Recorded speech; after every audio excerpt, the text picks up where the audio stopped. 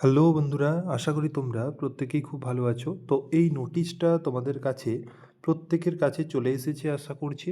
এই যে দিল্লিতে নিউ দিল্লি থেকে তোমাদের যে 19/2/2026 থেকে মিনিস্ট্রি অফ রেলওয়ে থেকে যে নোটিশটি ভাইরাল হয়েছে, সেই নোটিশটি তোমরা প্রায় হাজারখানেক চ্যানেলে দেখে ফেলেছো যে এই নোটিশটি চলে এসেছে এবং তোমাদের এএলপির ভ্যাকেন্সি শর্ট নোটিশ বলতে পারো বা এলপি যে কোনো ভ্যাকেন্সি বেরোনোর আগে যেরকম একটা নোটিশ ভাইরাল হয়ে থাকে সেরকম একটা নোটিশ তোমাদের সামনে চলে এসেছে। তো এটা কতটা সত্যি, কতটা মিথ্যে, আদৌ এত ভ্যাকেন্সি আসবে কি না বা এই ভ্যাকেন্সিগুলো আদতে ঠিক কি নয়, প্রত্যেকটা নিয়ে আমি আজকে পুরোপুরি তোমাদের ক্লিয়ার ধারণা দিয়ে দেব। এবং তোমাদের এটা ঠিক যে 2026-এ তোমাদের এএলপি ভ্যাকেন্সি কিন্তু আসবে। এই ভ্যাকেন্সি তোমাদের যেহেতু আসবে তাই তোমাদেরকে জোরদমে প্রস্তুতি শুরু করতে হবে। তাই বলবো যে এই প্রস্তুতি তোমরা কিভাবে শুরু করবে এবং কিভাবে করবে না, মানে কিভাবে করবে সেটা নিয়েই আজকে বিশেষ আলোচনা করব যে তোমরা একবারেই যাতে এই এক্সামটি ক্র্যাক করতে পারো।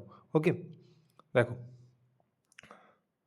Approved vacancy of ALP for notification 2026, এখান থেকে দেখো তোমাদের লেভেল 2 তোমাদের ভ্যাকেন্সি ডিক্লেয়ার যেটা করেছে এখানে 11,127, ঠিক আছে, ভ্যাকেন্সি তোমাদের এখানে বলা হয়েছে।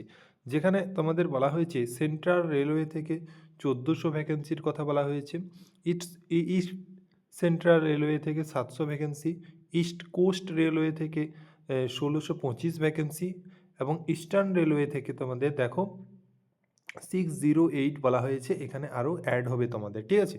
নর্থ সেন্ট্রাল রেলওয়ে থেকে 457, তারপরে নর্থ ইস্টার্ন রেলওয়ে থেকে 105, তারপরে নর্থ ইস্ট ফর্টার্ন রেলওয়ে থেকে তোমাদের 1275, দেন নর্দার্ন রেলওয়ে থেকে 740, নর্থ ওয়েস্টার্ন রেলওয়ে থেকে 600 এবং সাউথ ইস্টার্ন রেলওয়ে থেকে 674।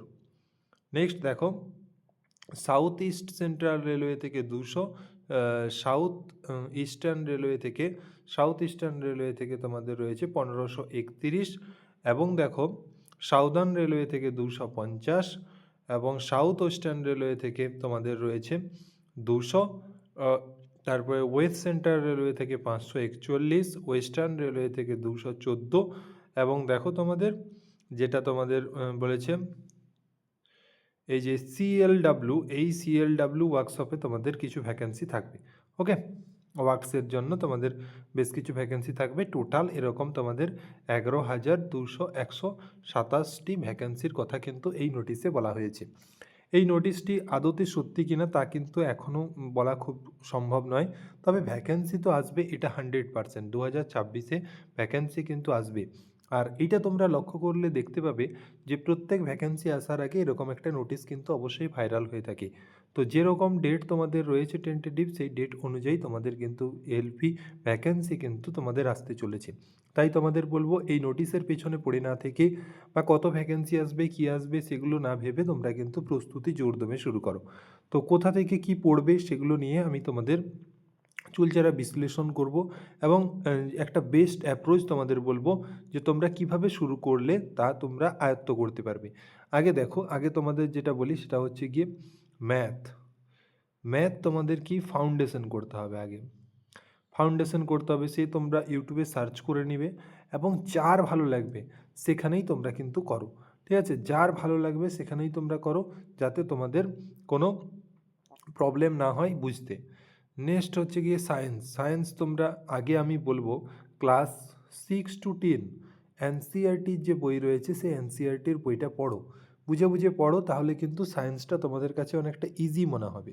দেন সেটা পড়ার পর তোমরা আগে এই যে 2025-এ যে এএলপি হলো এবং এই যে গ্রুপ ডির অ্যান্সার কি বেরিয়েছে, এই অ্যান্সার কিগুলো ডাউনলোড করে নাও এবং এই ডাউনলোড করে নিয়ে এই অ্যান্সার কিগুলো দেখো যে কিভাবে কোন প্রশ্নগুলো তোলা হয়েছে এবং সেই প্রশ্নগুলো আমি বলছি তুমি দেখো যে এনসিইআরটির বই থেকেই তোলা হয়েছে।